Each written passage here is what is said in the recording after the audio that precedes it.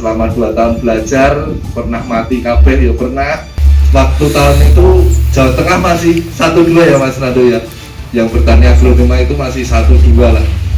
Yang paling banyak memang daerah Tangerang, Depok dulu. Belajarnya juga sampai sana. Setelah bisa merawat itu 2018 sedikit-sedikit jualan. Alhamdulillah sampai sekarang masih bekerja sama Crop Control Seri. Tanian sana kirim sini, bagian sini kirim sana, terus pokoknya ijol-ijolan pada tahun 2019, 2020, 2021, 3 tahun itu kan memang saya dulu 70% ambil dari Kropat.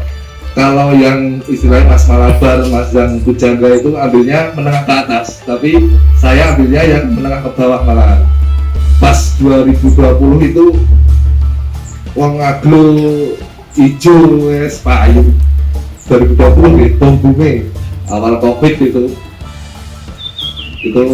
seminggu sekali, 2 minggu sekali berarti ke Kropat waktu itu. Di Sambi imporan dan bertani sendiri. Ya sampai berhasil membangun ini total habis 1.500 meter ini, dan alhamdulillah 1 tahun ini sudah bisa nyeleng untuk pertanian gitu. Paling tidak kita potong ataupun kita tunggu anak. Saya itu mengalami, saya itu bikin kebun 2018. Kalau yang di rumah ini bukan untuk kebun tapi untuk jualan, tapi yang di kebun 2018 saya coba, misalnya saya pelihara dut anjamani. Dulu saya cuma beli 500 biji, lalu 2,5 tahun nggak saya jual. Nah tahun 2018, 19 pertengahan saya jual. Sampai saat ini dut anjamani saya bisa keluar 1000 pot setiap bulan, dan di stok di kebun itu kalau 20.000 dut anjamani ada. Saya jual tanpa harus beli.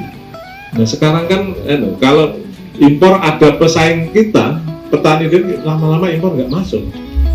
Nah ini keprihatinan kita. Yuk bareng-bareng, jadi tani apa silahkan cari kira-kira yang menarik bagi masyarakat untuk ditani, supaya kesejahteraan ini kembali ke kita, bukan kembali ke Thailand. Ini yang kunci yang pertama.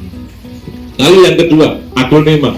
Aglonema ini menurut saya kenapa masuk ke aglonema, fokus. Dulu 2004 itu saya macam-macam, tanamannya banyak. Tapi 2015 saya berpikir, saya harus ke fokus di satu tanaman yang kira-kira mempunyai prospek apa ya. Dan pikir, itu ketemunya yang aglonema. Kenapa? Apa yang bisa menarik di aglonema? Saya tahu. Yang pertama, aglonema ini variannya cukup banyak, warnanya cukup banyak. Jenengan coba tanaman apa yang sekomplit aglonema? Aglonema cukup banyak. Ini kalau kita nggak bicara harga, banyak ibu-ibu yang suka mengenai dengan tanaman aglonema. Coba kalau di murah gitu ya, banyak yang sudah. Itu modal yang pertama. Lalu modal yang kedua, perawatan juga sebetulnya nggak sulit-sulit amat. Kalau jenengan sudah tahu kunci-kuncinya untuk berproduksi, tahu caranya perawatan, nggak akan sulit-sulit amat. Lalu yang ketiga, proses pengirimannya juga mudah. Jenengan mau kirim ke Papua kemana aja itu mudah saja, tinggal kasih bahan kirim.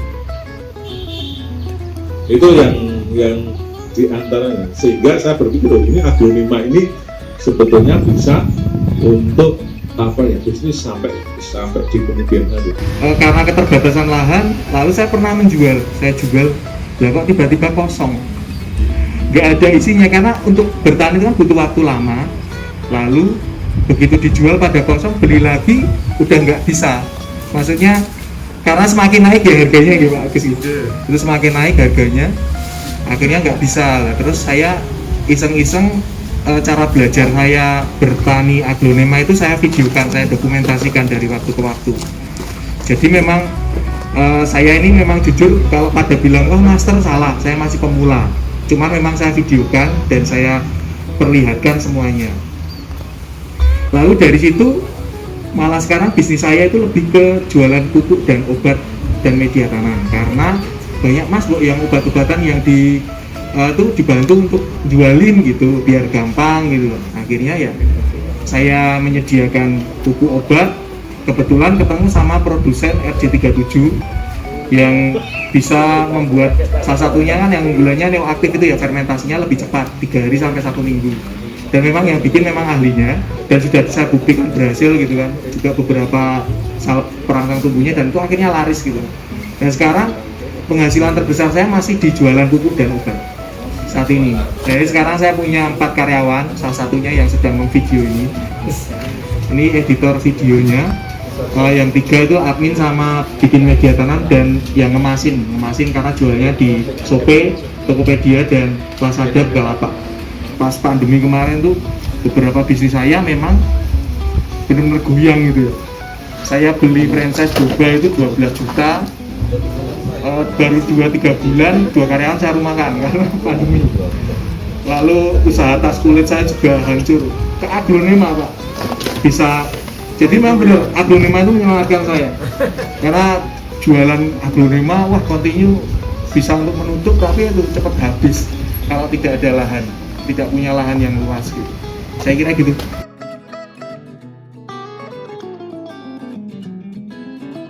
Saya ngalamin petani ya Pak ya. Sebetulnya biaya produksi aglonema itu berapa? Murah. Saya kalau yang pakai media bagus gitu ya, itu hanya sekitar 7.000. Itu tenaga kerja sudah saya hitung 7.000. Kok 7.000 hitungannya di mana? Coba sekarang gitu. Satu orang tenaga kerja di tempat saya itu harus bisa merawat 5.000 pot. Itu ternyata lebih, bahkan satu orang tenaga kerja 7.000. Nah untuk berproduksi itu saya butuh waktu 7 bulan.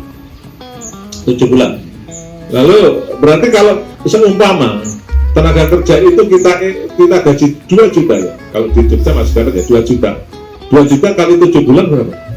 14 juta. 14 juta dibagi 5.000. Karena dia merawat 5.000 pot, 5.000, nggak ada 3.000 rupiah per potnya, kan nggak ada 3.000 rupiah.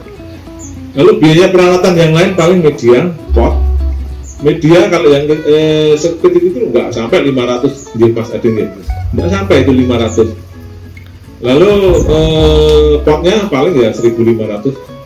Lalu biaya perawatan, listrik, telepon, air dan sebagainya, nggak ada 7.000. Nah kalau misalnya jenengan pelihara Siam Aurora, apakah rugi? Siam Aurora mungkin anakan masih bisa dijual berapa bukan itu ya? 15 ya? 15. Untungnya kan masih banyak, masih 100%.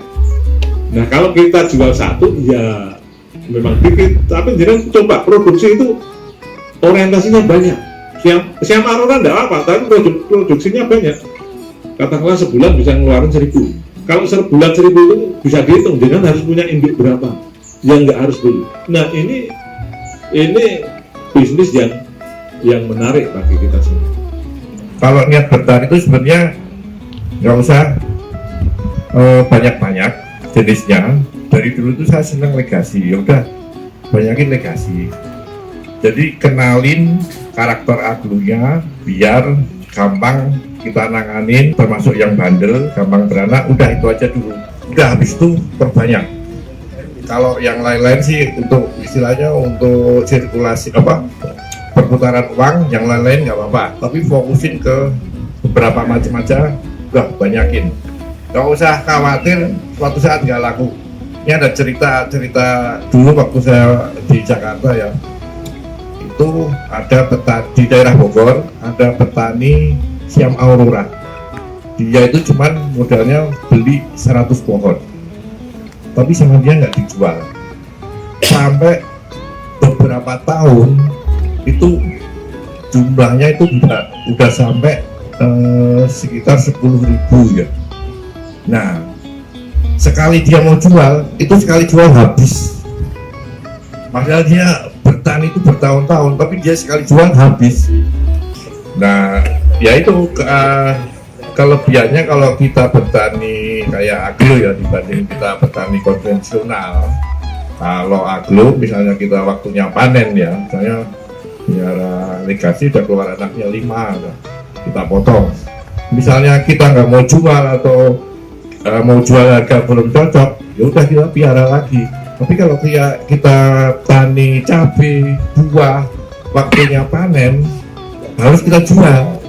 Kalau enggak busuk, harga tinggi, harga rendah harus kita jual. Nah, kalau biasanya kalau aglo kan enggak, harga masih rendah, udah kita kita piara aja terus, kita perbanyak terus, gitu. Lagi kalau kita tani aglo kan bisa kita sambil pekerjaan lain, ya kan? Nah, oke, kira-kira tips dari saya itu aja.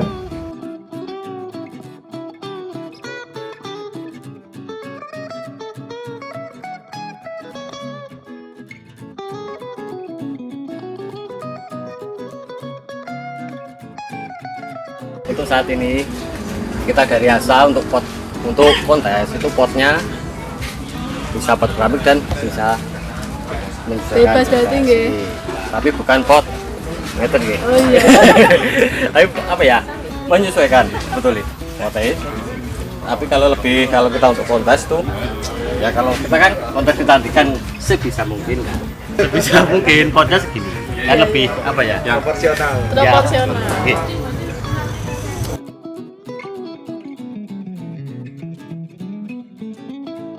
Oh ya, kita langsung praktek. Nah, untuk penanaman sebisa mungkin ini kan ada akar ya. Iya. Nah, ini ada akar. Sampai akar itu di bawah media tanam. Iya, betul. Untuk penanaman sebetulnya kayak gini sudah bagus sih. 1/4 daun pertama. Ini penanaman tidak boleh menggunung. Menggunung kayak gini nggak boleh. Nah, ini kan daunnya batangnya bengkok, sebisa mungkin diluruskan. Ini kalian lihat ini sama mana tadi? Nah, ini juga kan bengkok ini. Ini kalau kita luruskan, Pak. Ini sebenarnya bahannya lumayan, tapi ada beberapa daun yang mengecil di daun keempat ini. 1, 2, 3, 4, 5. 4 kali 5 lebih besar daun ke 4. Daun pertama kan belum tentu warnanya gitu. Nanti daun yang paling bagus yang mulai stabil kita teruskan. Bukan hanya daun mempertahankan daun pertama, kan daun terlalu kecil pun juga dilihat nggak enak, Pak. Dan apa ya, ini sebenarnya juga agak susah sebetulnya. Nah, untuk menghitung daun sebetulnya dari bukan 1, 2, tapi berhadapan. Dari daun 1, 2. Nah, kan biasanya 1, 2 kan. Nah, tapi kan kita kalau kita menghitung 1, 2, 3, 4. Nah, kan ini 3, 4, 5 ngoten urutane. Jadi bukan 1, 2, 3, 4. Tapi berdasarkan tubuhnya. Iya, kita berdasarkan tubuh. Dan kalau bisa, ngeten. Jadi daun pertama sama daun terakhir harus jatuhnya berhadapan simetris. Ngeten. Nah, kalau bisa kan maksimalkan kebersihan ini kan masih kotor ya. Kalau jarak 1 sama 2 ini kejauhan, kita bisa geser ke kiri sih.